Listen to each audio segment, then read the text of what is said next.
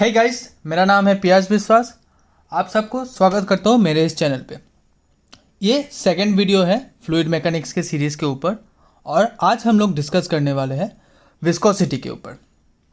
मैंने first video में introduction to fluids किया था और साथ ही साथ प्रॉपर्टीज़ ऑफ फ्लूइड भी डिस्कस किया था।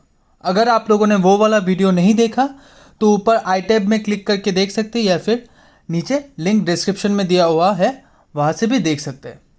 अगर आप लोगों को मेरा काम पसंद आ रहा है तो मेरे वीडियोस को लाइक करें, दोस्तों के साथ शेयर करें और अगर आप नए हैं मेरे इस चैनल पे तो मेरे चैनल को सब्सक्राइब करें और साथ ही साथ बेल आइकन भी दबा दें ताकि आप हर एक अपडेट को मिस ना करें।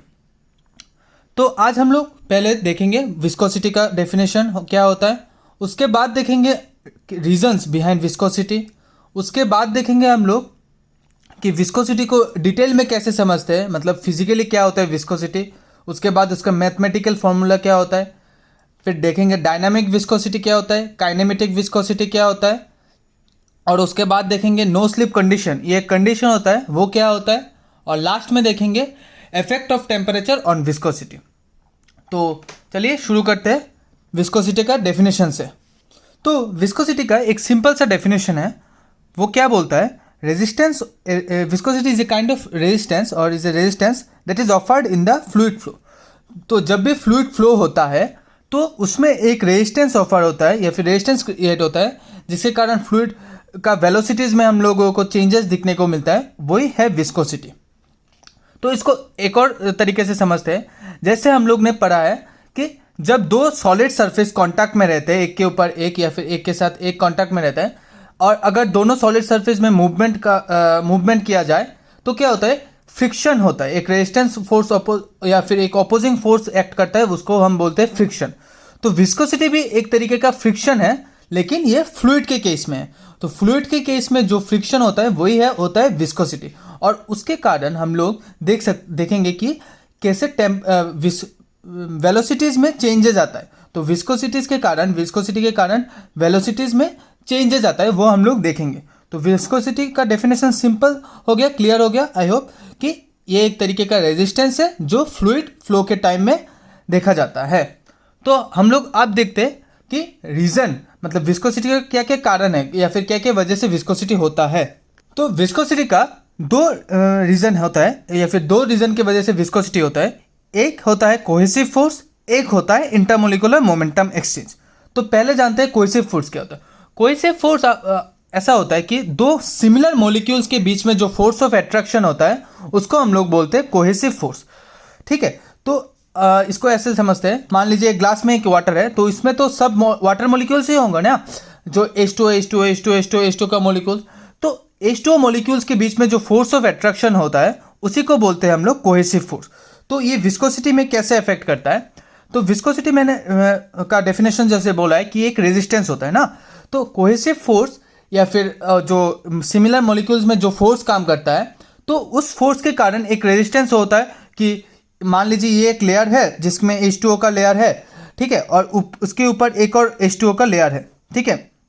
तो इन दोनों लेयर के अंदर एक रेजिस्टेंस काम करेगा या फिर एक दोनों लेयर मान लीजिए कांटेक्ट में है तो इस लेयर का एक बॉन्ड है जो हम लोग बोलते हैं कोहेसिव फोर्स के कारण ये लोग अटैच रहते हैं। तो ये बॉन्ड इस बॉन्ड की वजह से ये वाला लेयर इस लेयर को मूव नहीं करने देगा, मतलब कि एक रेजिस्टेंस ऑफर कर रहा है। तो ये है कोहेसिव फोर्स का इफेक्ट या फिर ये है, इसी के वजह से कोहेसिव फोर्स विस्कोसिटी के राइज करने में एक इंपॉर्टेंट रोल प्ले करता है। लेकिन कोहेसिव फोर्स जो होता है वो हम लोग लिक्विड में ज़्यादातर डोमिनेंट देखते हैं as compare to gases. Fluid में तो हम लोग का लिक्विड और गैसेस दोनों आता है ना, तो लिक्विड में कोहेसिव फोर्स का डोमिनेशन ज़्यादा होता है और गैसेस में नेग्लिजिबल होता है कोहेसिव फोर्स। तो आई होप कि कोहेसिव फोर्स कैसे एक रीजन हुआ विस्कोसिटी का, ये वाला पॉइंट भी आप लोगों को समझ में आ गया। अभी देखते हैं इंटरमोलिकुलर मोमेंटम एक्सचेंज वो क्या होता है। तो इसको ऐसे डिफाइन कर सकते हैं, मान लीजिए हम लोगों को पता है कि सॉलिड जो होता है, सॉलिड में मॉलिक्यूल्स बहुत ही क्लोजली पैक्ड होता है as compare to liquid and gases, और लिक्विड में मॉलिक्यूल्स और भी ज़्यादा मतलब लिक्विड में मॉलिक्यूल्स क्लोजली पैक्ड होता है एज कम्पेयर टू गैसेस। तो गैस का क्या होता है, गैस में मॉलिक्यूल्स बहुत ही रैंडमली मूव करते हैं। मान लीजिए एक कंटेनर में गैस मॉलिक्यूल्स है, वो बहुत इधर उधर रैंडमली जिगजैग वे में मूव करेगा। तो अभी जिगजैग वे में मूव कर रहा है तो हम लोग काइनेटिक थ्योरीज ऑफ गैसेस से पता है कि इस मॉलिक्यूल्स का, गैस मॉलिक्यूल का एक काइनेटिक एनर्जी होगा, मतलब कि इसका एक पर्टिकुलर मास है, इसका एक पर्टिकुलर वेलोसिटी है। तो क्या होगा, तो मास इंटू वेलोसिटी मतलब हम लोग को इसका एक मोमेंटम मिलेगा। तो मान लीजिए ये एक मॉलिक्यूल है और ये दूसरा एक मॉलिक्यूल है, ठीक है। अभी ये दोनों मॉलिक्यूल का सेपरेट अलग अलग मोमेंटम होगा। तो जब ये जिगजैग वे में या फिर रैंडमली मूव कर रहा है तो ये कोलाइड भी होगा। तो मान लीजिए ये मॉलिक्यूल और ये मॉलिक्यूल के बीच में कोलिजन हो गया। तो कोलिजन के कारण जो मॉलिक्यूल मोमेंटम में एक्सचेंज हुआ उसको बोलते हैं हम लोग इंटरमोलिकुलर मोमेंटम एक्सचेंज। तो अभी ये विस्कोसिटी को कैसे राइज दे रहा है, तो जब दो मॉलिक्यूल जब मोमेंटम एक्सचेंज हो गया या फिर कोलिजन होगा, तब क्या होगा, एक फ्रिक्शनल फोर्स काम करेगा दो मॉलिक्यूल के बीच में, और इसके वजह से ही विस्कोसिटी राइज होता है इन गैसेस। ये जो इंटरमोलिकुलर मोमेंटम एक्सचेंज है ये रीजन गैसेस में ज़्यादातर देखा जाता है, और लिक्विड में ये इंटरमोलिकुलर मोमेंटम एक्सचेंज की वजह से विस्कोसिटी का इफेक्ट या फिर विस्कोसिटी राइज नहीं होता। आई होप कि इंटरमोलिकुलर मोमेंटम एक्सचेंज क्या होता है और कोहेसिव फोर्स क्या होता है आप लोगों को समझ में आ गया। मैं एक बार फिर एक लाइन में बोलूँगा कि इंटरमोलिकुलर मोमेंटम एक्सचेंज में क्या होता है, जब दो मॉलिक्यूल, गैस मॉलिक्यूल कोलाइड करते हैं तो उन लोगों के बीच में एक फ्रिक्शन एक्ट करता है जिसके वजह से विस्कोसिटी आता है। और कोहेसिव फोर्स में क्या होता है, ये force of attraction between two similar molecule. तो जो दो सिमिलर मॉलिक्यूल्स हैं लिक्विड में, उसके बीच में जो फोर्स ऑफ अट्रैक्शन होगा उसके वजह से एक विस्कोसिटी में या फिर रेजिस्टेंस राइज होगा, उसी को हम लोग विस्कोसिटी बोलते हैं। तो आई होप ये दोनों पॉइंट आप लोगों को समझ में आ गया। तो अभी हम लोग देखेंगे, हम लोग का तीसरा टॉपिक है कि विस्कोसिटी को हम लोग पहले डिटेल में समझेंगे, इसका फिजिकली क्या होता है विस्कोसिटी।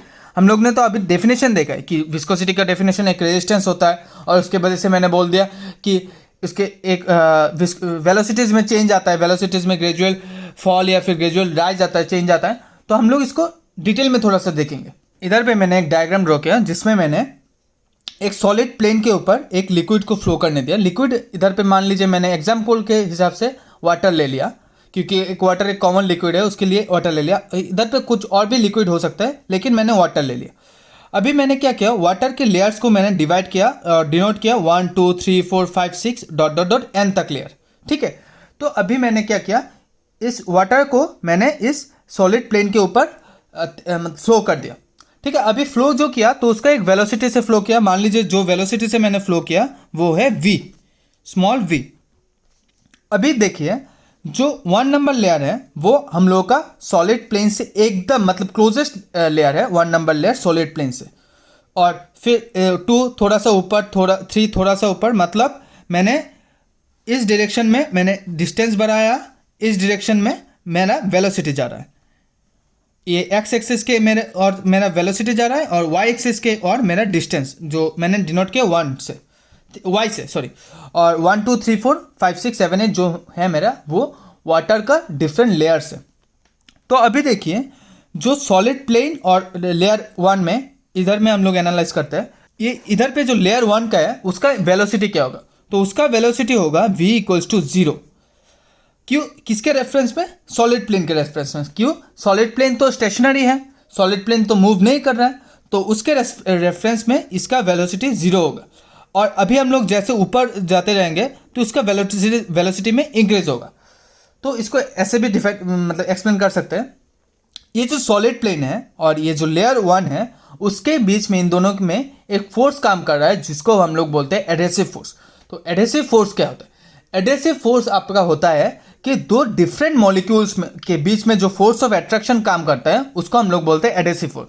जैसे लास्ट में देखा था कोहेसिव फोर्स। कोहेसिव फोर्स क्या होता है, जो सेम मॉलिक्यूल्स के बीच में जो फोर्स ऑफ अट्रैक्शन काम करता है उसको हम लोग बोलते हैं कोहेसिव फोर्स, और डिफरेंट मॉलिक्यूल्स में जो काम करता है उसको हम लोग बोलते हैं एडहेसिव फोर्स। तो इधर पे लेयर 1 और सॉलिड प्लेन के बीच में एडहेसिव फोर्स काम कर रहा है, और जैसे जैसे हम लोग ऊपर चलेंगे एडहेसिव फोर्स या फिर डिस्टेंस बढ़ता रहेगा, एडहेसिव फोर्स धीरे धीरे वीकर होता जाएगा। तो क्या होगा, वेलोसिटी में इंक्रीज होगा। तो जैसे इसका वेलोसिटी है 0, ऊपर गया लेयर 2 का वेलोसिटी में कुछ वैल्यूज आएगा, लेयर 3 का वेलोसिटी में कुछ और वैल्यू आएगा, लेयर 4 का और वैल्यू, 5 का और ज़्यादा वैल्यू, ऐसा करके n नंबर ऑफ लेयर में हम लोगों को मैक्सिमम वेलोसिटी मिलेगा। Maximum velocity will be obtain in the nth layer, मतलब जो सबसे टॉप मोस्ट लेयर होगा उसमें मैक्सिमम वेलोसिटी मिलेगा। तो इसको अगर हम लोग ग्राफ के और में रिप्रेजेंट करेंगे तो ऐसा आएगा कुछ ग्राफ। ये हम लोग का डिस्टेंस आ गया और ये हम लोग का वेलोसिटी। तो ये हो गया जीरो। मैंने उसके बाद बोला जो एकदम लोअर मोस्ट लेयर है या फिर सॉलिड प्लेन के साथ जो कांटेक्ट में है उस लेयर का वेलोसिटी मैंने बोला जीरो होगा और उसके ऊपर का वेलोसिटीज में इंक्रीज होगा। क्यों इंक्रीज होगा? क्योंकि जो फोर्स ऑफ एडेसिव फोर्स या फिर एडेसिव फोर्स जो है अट्रैक्शन, फोर्स ऑफ अट्रैक्शन, वो सबसे नीचे वाले लेयर में ज़्यादा काम करता है या फिर ज़्यादा एक्टिव होता है और ऊपर वाले लेयर्स में धीरे धीरे कम होता जाएगा। ठीक है, तो उन लोगों का जो वेलोसिटी का ग्राफ होगा डिस्टेंस के रेस्पेक्ट में, डिस्टेंस के साथ कुछ ऐसा आएगा। मतलब क्या? ये इस कर्व में आएगा और इस कर्व को हम लोग बोलते हैं वेलोसिटी प्रोफाइल। इस ग्राफ को हम लोग बोलते हैं वेलोसिटी प्रोफाइल। आई होप कि इतना तक तो समझ में आ गया सबको। तो मैं इधर पे एक और चीज़ ऐड करूँगा। मान लीजिए मेरा एक पॉइंट लिया ए और एक और पॉइंट लिया सी। ठीक है, तो अभी ए पॉइंट में मेरा डिस्टेंस जो है वो हो गया वाई। ठीक है, और इधर से ए पॉइंट में वेलोसिटी है मेरा यू, स्मॉल यू मेरा ए पॉइंट में वेलोसिटी है। और सी पॉइंट में मैंने डिस्टेंस जो सी पॉइंट ए और सी का बीच का जो डिस्टेंस है, ये परपेंडिकुलर डिस्टेंस वो मान लीजिए मेरा डी वाई। ठीक है, अभी और इस सी पॉइंट में मेरा वेलोसिटी जो है वो मान लीजिए यू प्लस डी यू, और ए से सी पॉइंट का डिस्टेंस है डी वाई। दैट मीन्स इधर ये वाला पॉइंट क्या होगा आपका वाई प्लस डी वाई, और इधर पे वेलोसिटी क्या आएगा मेरा, मतलब u प्लस डी यू। मतलब इस पॉइंट में इधर से इधर जाने का वेलोसिटी हो गया मेरा, मान लीजिए छोटा वेलोसिटी लिया डी यू, तो दैट मीन्स सी पॉइंट में मेरा वेलोसिटी आएगा u प्लस डी यू। तो इसको थोड़ा सा एक और एलिमेंट में लेके देखते हैं, एक और मतलब डायग्राम में। तो मैं सिमिलरली ये वाला चीज़ इधर पे ही करूँगा, लेकिन इसमें थोड़ा सा बड़ा करके डायग्राम दिखाऊंगा और एलिमेंट को डिफाइन करूँगा। मान लीजिए मेरा ये एक लेयर है ए बी और डी सी एक और लेयर है। ठीक है, तो अभी ए जो लेयर है, ए बी लेयर पे मेरा वेलोसिटी है u और मेरा डिस्टेंस जो है ए बी लेयर ओरिजिन से वो है मेरा y पोजीशन पे, और सी डी जो लेयर है उसका डिस्टेंस ओरिजिन से है मान लीजिए y plus D Y. D C जो लेयर है उसमें हम लोग का वेलोसिटी है D U plus U plus D U. तो इससे हम लोग देख सकते हैं कि जब मैंने ए पॉइंट से ऊपर गया, इस ग्राफ में मैंने क्लियरली बोला कि ऊपर जा रहा है तो वेलोसिटीज में भी इंक्रीज हो रहा है। इधर से इस ग्राफ का मेरा यही मकसद था कि ग्राफ में मैंने दिखाया कि जैसे ऊपर जा रहे थे हम लोगों का वेलोसिटी इंक्रीज हो रहा था, डिक्रीज नहीं हो रहा था, वेलोसिटी इंक्रीज हो रहा था। तो उसी चीज़ को मैंने इधर पे ग्राफ नहीं, इधर पे एक एलिमेंट से समझाया कि जैसे ऊपर जा रहे थे हम लोग का वेलोसिटी में इंक्रीज होगा, और जैसे मतलब हाइट इंक्रीज कर रहे थे हम लोग का वेलोसिटी में इंक्रीज होगा। अभी देखिए ए बी जो लेयर है उसका वेलोसिटी क्या है u है, और सी डी जो लेयर है उसका वेलोसिटी क्या है u plus D U. A B जो लेयर है उसका डिस्टेंस क्या है y है, और सी डी जो लेयर है उसका डिस्टेंस क्या है y प्लस डी वाई। तो इसका मतलब क्या है, जैसे जैसे वेलोसिटीज बढ़ता जा रहा है, सॉरी डिस्टेंस बढ़ता जा रहा है, वेलोसिटीज भी बढ़ रहा है। तो अभी ए बी के लेयर के पॉइंट ऑफ व्यू से ये जो सी डी लेयर है वो ए बी को लग रहा है कि आगे जा रहा है, और सी डी को लग रहा है कि ए बी लेयर पीछे जा रहा है। मतलब क्या, एक के रेस्पेक्ट में, ए बी के रेस्पेक्ट में ये लेयर आगे जा रहा है और सी डी के रेस्पेक्ट में ये लेयर पीछे जा रहा है। मतलब क्या, इसके बीच में एक रेजिस्टेंस फोर्स काम कर रहा है या फिर एक रेजिस्ट कर रहा है, कुछ अपोज कर रहा है, जिसके लिए दोनों सेम पैरेलली मूव कर नहीं पा रहा है।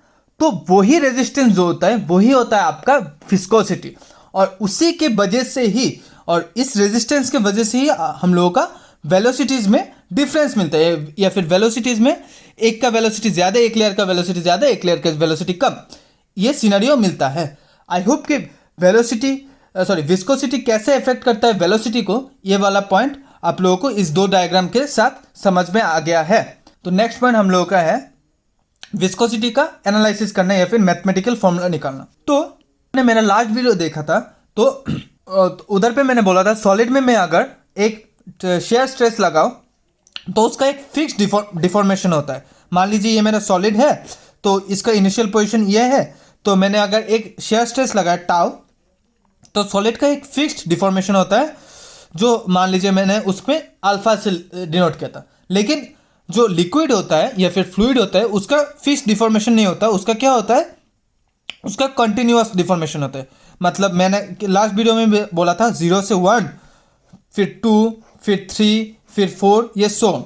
मतलब क्या, इसका फिक्स डिफॉर्मेशन होगा, इसका कंटिन्यूअस डिफॉर्मेशन होगा अगर tau amount of shear stress apply करूँ तो इधर से हम लोग सॉलिड के मतलब सॉलिड में हम लोग को हुक्स लॉ से पता चलता है ये शेयर स्ट्रेस जो होता है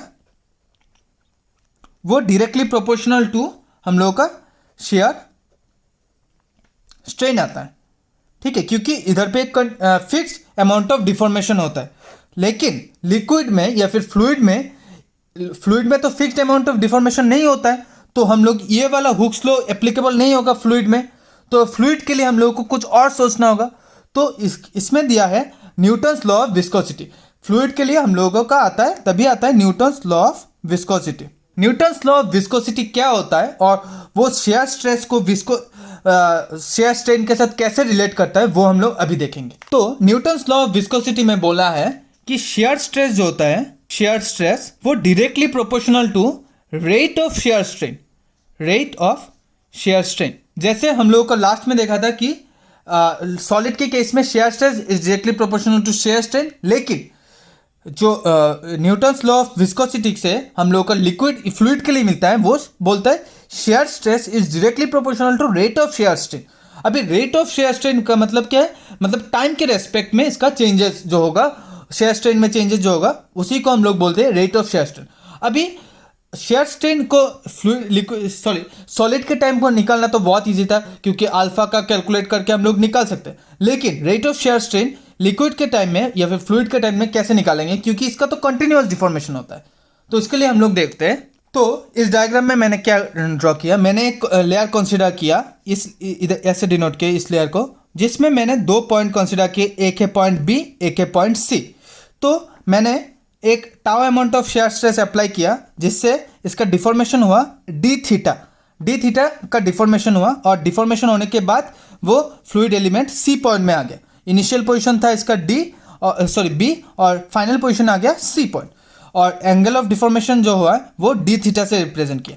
तो बी पॉइंट में हम लोग ने जो मतलब वेलोसिटी था वो मान लीजिए मैंने डिनोट किया डी यू से। अभी मैंने एक small time interval D T consider किया। ठीक है, तो small time interval D T में ये जो फ्लूइड एलिमेंट है वो बी पॉइंट से सी पॉइंट में गया। तो ये बी सी का डिस्टेंस क्या होगा, बी सी का डिस्टेंस होगा D U dot D T, speed equals to distance upon time. तो हम लोगों का डिस्टेंस क्या होगा, स्पीड इंटू टाइम या फिर वेलोसिटी इंटू टाइम, तो डी इंटू डी टी, तो बी सी का डिस्टेंस मिल गया। अभी मैंने क्या किया, एक परपेंडिकुलर ड्रॉप किया जिससे ए पॉइंट से, ए है मेरा एक इनिशियल पॉइंट या फिर जो नीचे वाला लेयर है उसका पॉइंट, जहाँ पे इसके ए पॉइंट में वेलोसिटी क्या होगा, इधर में होगा 0, ए पॉइंट में वेलोसिटी। अभी क्या किया, मैंने एक परपेंडिकुलर ड्रॉ किया जिसको, और इसको एक राइट ट्राइंगल के फॉर्म में रिप्रेजेंट किया। तो ये हो गया ए बी सी मेरा एक राइट ट्राइंगल है। तो इसमें हम लोग देख सकते हैं टेन डी थीटा जो हम लोग का शेयर स्ट्रेन है इक्वल्स टू क्या होता है हम लोग का D U dot D T upon ये परपेंडिकुलर ए बी। तो ए बी को मैंने डिनोट किया डी वाई, मतलब इस लेंथ जो है वो है मेरा डी वाई। तो इधर से ये भी लिख सकते हैं D U dot D T upon D Y. ठीक है, तो उसके बाद हम लोग equals to ten D theta. तो डी थीटा जो है वो बहुत ही स्मॉल एक एंगल है, तो टेन डी थीटा को मैं लिख सकता हूँ tan D theta is equivalent to D theta. तो इधर से ऐसा भी लिख सकते हैं D theta equals to D U dot D T upon D Y. तो D theta upon D T equals to D U upon D Y. ठीक है, इतना तक ये हम लोग को एक रिलेशन मिल गया। अभी देखते हैं इस रिलेशन में एक एक टर्म को समझते हैं। ये डी थीटा क्या है, शेयर स्ट्रेन। ये डी टी क्या है, टाइम चेंज, मतलब टाइम का चेंज जो change in time. D Y change in velocity में चेंज। डी यू है change in velocity, D Y है चेंज इन लेंथ। ठीक है, या फिर परपेंडिकुलर डिस्टेंस, तो चेंज इन लेंथ। तो हम लोग ने पहले देखा था कि न्यूटन्स लॉ से हम लोग को मिलता है rate of shear strain equals to is directly proportional to shear stress. तो ये जो D theta upon D Y, ये क्या है, rate of shear strain upon change in time. That means हम लोग इसको इस टाइम को बोल सकते हैं shear rate of shear strain equals to क्या होता है, हम लोग ने अभी देखा वेलोसिटी, मतलब change in velocity upon change in length. इस change in velocity upon change in length को हम लोग बोलते हैं वेलोसिटी ग्रेडियंट, मतलब इस टोटल टर्म को हम लोग बोलते हैं वेलोसिटी ग्रेडियंट। दैट मीन्स के rate of shear strain is equals to velocity gradient. इस लाइन से हम लोगों का इतना तक प्रूव हो गया। तो न्यूटन्स लॉ से हम लोग लिख सकते हैं टाउ जो शेयर स्ट्रेस है वो directly proportional to D theta upon D T. ठीक है, अभी हम लोग ने देखा है tau is directly proportional to D theta upon D T को हम लोग लिख सकते हैं D U upon D Y, क्योंकि वेलोसिटी ग्रेडियंट से मैंने अभी प्रूफ किया। तो इधर से अगर प्रोपोर्शनलिटी कांस्टेंट हटाए तो एक कांस्टेंट इंट्रोड्यूस होगा जो हो है हम लोग का mu D U upon D Y. तो इसको बोलते हैं हम लोग इस टर्म में हम लोग वो म्यू जो है हम लोग का वो होता है डायनामिक विस्कोसिटी। ठीक है, तो डायनामिक विस्कोसिटी। आई होप कि इतना तक आप लोगों को क्लियर हो गया कि मैंने कैसे प्रूफ किया। तो याद रखिए इसका जो मेन फॉर्मूला है वो shear stress is directly proportional to rate of shear strain, not velocity gradient. Directly हम लोग बोल सकते हैं, एकदम बेसिक फॉर्मूला जो है वो रेट ऑफ शेयर स्ट्रेन के साथ प्रोपोर्शनलिटी है। तो बाद में हम लोग ने प्रूफ किया कि रेट ऑफ शेयर स्ट्रेन जो है वो कैसे वेलोसिटी ग्रेडियंट के साथ इक्वल्स आता है। उसके बाद मैंने इसको लिखा है कि tau is equals to mu into D U upon D Y. तो म्यू जो होता है वो हम लोग का होता है डायनामिक विस्कोसिटी। आई होप कि इतना तक आप लोगों को क्लियर हो गया। अभी हम लोग डायनामिक विस्कोसिटी का जो यूनिट है वो निकालेंगे। ठीक है, तो डायनामिक विस्कोसिटी को हम लोग लिख सकते हैं म्यू इक्वल्स टू क्या होगा, tau upon D U upon D U, tau upon D U by D Y. ठीक है, इतना तक। तो म्यू इक्वल्स टू टाउ जो है वो क्या है हम लोग का शेयर स्ट्रेस। तो शेयर स्ट्रेस क्या होता है, न्यूटन पर मीटर स्क्वायर एसआई यूनिट में upon D U by D Y. तो डी यू का क्या होगा, मीटर पर सेकेंड बाई डी वाई। तो वाई का होगा, डी वाई का होगा मीटर। तो इसको हम लोग फर्दर लिख सकते हैं कि न्यूटन इंटू सेकेंड पर मीटर स्क्वायर। तो इधर से हम लोग लिख सकते हैं कि न्यूटन इंटू सेकेंड, मतलब न्यूटन पर मीटर स्क्वायर जो होता है वो हम लोग का पास्कल होता है और सेकेंड का सेकेंड। तो म्यू इक्वल्स टू पास्कल पर second in SI unit, mu का यूनिट होता है। और सीजीएस में क्या होगा, सीजीएस में हम लोग एक नया टर्म इंट्रोड्यूस करेंगे, पोइस। तो one poise equals to 1/10 pascal second. और सेंटीपोइस इसका छोटा टर्म होता है, जो 1 सेंटीपोइस इक्वल्स टू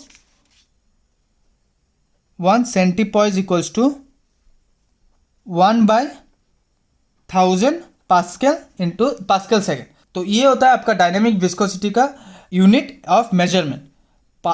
ऐसा यूनिट में होता है पास्कल सेकेंड और सीजीएस में होता है पोइस एंड सेंटीपोइस, आई होप कि इतना तक समझ में आ गया। अभी हम लोग देखते हैं काइनेमेटिक विस्कोसिटी। काइनेमेटिक विस्कोसिटी एक नया टर्म है जस्ट। इसमें क्या बोला है कि काइनेमेटिक विस्कोसिटी हम लोग डिनोट करते हैं न्यू से। जैसे डायनेमिक विस्कोसिटी हम लोग डिनोट करते थे म्यू से, ये करते हैं न्यू एंड यू। ये ग्रीक एक वर्ड है। ठीक है, ये होता है काइनेमेटिक विस्कोसिटी होता है आपका ratio of dynamic viscosity and density. Ratio of dynamic viscosity and density is known as kinematic viscosity. Ratio of dynamic viscosity and density is known as kinematic viscosity. तो काइनेमेटिक विस्कोसिटी का भी हम लोग unit देख लेते हैं। तो क्या होगा, जैसे म्यू का अभी मैंने लिखा है कि न्यूटन सेकेंड पर मीटर स्क्वायर, और डेंसिटी का होता है केजी पर मीटर क्यूब। तो इधर से हम लोग लिख सकते हैं, न्यूटन का मैंने तोड़ दिया। न्यूटन को तोड़ देने से क्या होता है, force equals to mass into acceleration. तो मास इंटू एक्सीलरेशन करके मैंने ये वाला टर्म तोड़ दिया है, और नीचे रहता है आपका केजी पर मीटर क्यूब का। ठीक है, तो इसको फर्दर लिखने से क्या मिलता है हम लोगों को, मीटर स्क्वायर पर सेकेंड। तो काइनेमेटिक विस्कोसिटी का जो होगा यूनिट वो होगा मीटर स्क्वायर पर सेकेंड इन ऐसा यूनिट। अभी सीजीएस में देखते हैं, सीजीएस में एक नया टर्म होता है वो होता है स्टोक। तो 1 स्टोक इक्वल्स टू क्या होता है, 10⁻⁻⁻⁴ मीटर स्क्वायर पर सेकेंड। और सिमिलरली एक छोटा टर्म होता है वो होता है सेंटी स्टोक। तो 1 centistoke equals to 10⁻⁻⁶ metre square पर सेकेंड। ये दो चीज़ न्यूमेरिकल के टाइम में बहुत हेल्पफुल होगा। सिमिलरली पोएज और सेंटीपोएज भी का जो मतलब एक्सप्लेनेशन है वो न्यूमेरिकल के टाइम में बहुत हेल्पफुल होगा। तो अभी आई होप कि ये वाला टर्म भी समझ में आ गया कि काइनेमेटिक विस्कोसिटी क्या होता है। अभी हम लोगों का नेक्स्ट टॉपिक है कि नो स्लिप कंडीशन क्या होता है। नो स्लिप कंडीशन क्या होता है ये मैंने पहले भी थोड़ी देर पहले इलेबोरेट किया था, लेकिन उसके हम लोग पर्टिकुलरली ये वाला चीज़ में एक्सप्लेन करते हैं। मान लीजिए ये एक सॉलिड प्लेन है, उसके ऊपर मैंने एक लिक्विड को फ्लो करने दिया और लिक्विड का मैंने 1 2 3 4 5 6 करके लेयर में डिनोट किया। ठीक है, अभी ये देखिए 1 नंबर लेयर जो होगा उसका वेलोसिटी मैंने बोला था कि 0 होगा, v इक्वल्स टू 0। ठीक है, तो ये जो कंडीशन है जिसमें सबसे नीचे वाला लेयर का वेलोसिटी हम लोग 0 आता है, उसी कंडीशन को बोलते हैं नो स्लिप कंडीशन। मतलब जिस कंडीशन में हम लोगों को ये वाला कॉन्सेप्ट मिलता है कि सबसे लोअर मोस्ट लेयर का वेलोसिटी और lowermost layer of fluid का वेलोसिटी 0 है, उसी कंडीशन को हम लोग बोलते हैं no slip condition. No slip condition. तो आई होप कि नो स्लिप कंडीशन का भी आप लोगों को समझ में आ गया। तो आगे हम लोग देखते हैं नेक्स्ट टॉपिक जो होगा हम लोग का वो होगा effect of temperature on viscosity. तो effect of temperature on viscosity हम लोग का अगला टॉपिक है। इसमें हम लोग देखते हैं कि टेम्परेचर बढ़ाने से या कम करने से फ्लूइड का विस्कोसिटी में क्या क्या चेंज आता है। तो फ्लूइड हम लोग ने पहले भी बोला था फ्लूइड दो होता है, एक होता है लिक्विड, एक होता है गैस। तो दोनों में अलग अलग बिहेवियर देखने को मिलता है टेम्परेचर का। लिक्विड में एक तरीके का बिहेवियर होता है, गैस में एक तरीके का बिहेवियर होता है। मतलब टेम्परेचर इंक्रीज करने से या डिक्रीज करने से लिक्विड में एक तरीके का विस्कोसिटी में चेंज आता है और गैस में अलग तरीके का विस्कोसिटी में चेंज आता है। तो हम लोग एक एक करके देखते हैं। लिक्विड में क्या होता है, लिक्विड में ऑन इंक्रीजिंग टेम्परेचर विस्कोसिटी कम हो जाता है। तो वो कैसे होता है वो अभी हम लोग समझते हैं। लिक्विड में क्या होता है, मैंने पहले बोला था लिक्विड में विस्कोसिटी किसके वजह से होता है, कोहेसिव फोर्स के वजह से। कोहेसिव फोर्स के वजह से। कोहेसिव फोर्स क्या होता है, force of attraction between similar molecules. तो जैसे मैं टेम्परेचर इंक्रीज करूंगा, ये जो कोहेसिव फोर्स है या फिर कोहेसिव जिसके कारण मॉलिक्यूल्स में अटैच है एक के साथ एक या फिर अट्रैक्शन है, वो कम होता जाएगा। तो मतलब क्या, विस्कोसिटी कम होता जाएगा। तो दैट मीन्स आई होप कि ये वाला चीज़ समझ में आ गया। ये बहुत सिंपल है। जैसे मैं कोहेसिव टेम्परेचर इंक्रीज करूंगा, कोहेसिव फोर्स कम होता जाएगा और लिक्विड में कोहेसिव फोर्स की वजह से ही विस्कोसिटी आता है या फिर विस्कोसिटी राइज होता है। तो लिक्विड में ऑन इंक्रीजिंग टेम्परेचर विस्कोसिटी कम होता जाएगा। यह है लिक्विड के केस में। अभी गैस के केस में क्या होगा, गैस के केस में क्या होता है, इंटरमोलिकुलर मोमेंटम एक्सचेंज की वजह से गैस में आपका विस्कोसिटी राइज होता है। तो जैसे मैं टेम्परेचर बढ़ाऊंगा, intermolecular momentum that means momentum बढ़ेगा क्योंकि वेलोसिटी और रैंडमली मूव करेगा गैस का मॉलिक्यूल्स, दैट मीन्स वेलोसिटी बढ़ जाएगा। दैट मीन्स क्या, अब अगर हम लोग ने टेम्परेचर बढ़ा दिया, वेलोसिटी बढ़ेगा, दैट मीन्स मोमेंटम में इंक्रीज होगा और मोमेंटम में इंक्रीज क्या होगा, इसका मतलब क्या, इसका विस्कोसिटी में भी इंक्रीज होगा। दैट मीन्स गैस के केस में अगर मैंने टेम्परेचर राइज किया है तो विस्कोसिटी भी राइज होगा। आई होप कि ये वाला चीज़ भी समझ में आ गया। मैं एक और बार इसको रिपीट करूंगा। लिक्विड में क्या होता है, कोहेसिव फोर्स के वजह से विस्कोसिटी आता है। तो टेम्परेचर जैसे बढ़ाऊंगा, कोहेसिव फोर्स क्या होता है, सिमिलर मॉलिक्यूल में अट्रैक्शन, तो कोहेसिव फोर्स कम होता जाएगा और विस्कोसिटी कम होगा। और सिमिलर और गैस में क्या होता है, गैस में इंटरमोलिकुलर मोमेंटम एक्सचेंज की वजह से जनरली विस्कोसिटी का राइज होता है। तो जैसे मैं टेम्परेचर बढ़ाऊंगा, जो गैस का मॉलिक्यूल है वो और रैंडमली मूव करना शुरू कर देंगे। मतलब क्या, इसका मोमेंटम बढ़ेगा। तो मोमेंटम बढ़ने से क्या होगा, इसका विस्कोसिटी में इंक्रीज होगा। तो यही होता है effect of temperature on viscosity. I hope कि मैंने जो टॉपिक कवर किया आप लोगों को समझ में आया। अगर आप लोगों को मेरा वीडियोस पसंद आ रहा है तो लाइक कीजिए, दोस्तों के शेयर कीजिए। शुक्रिया।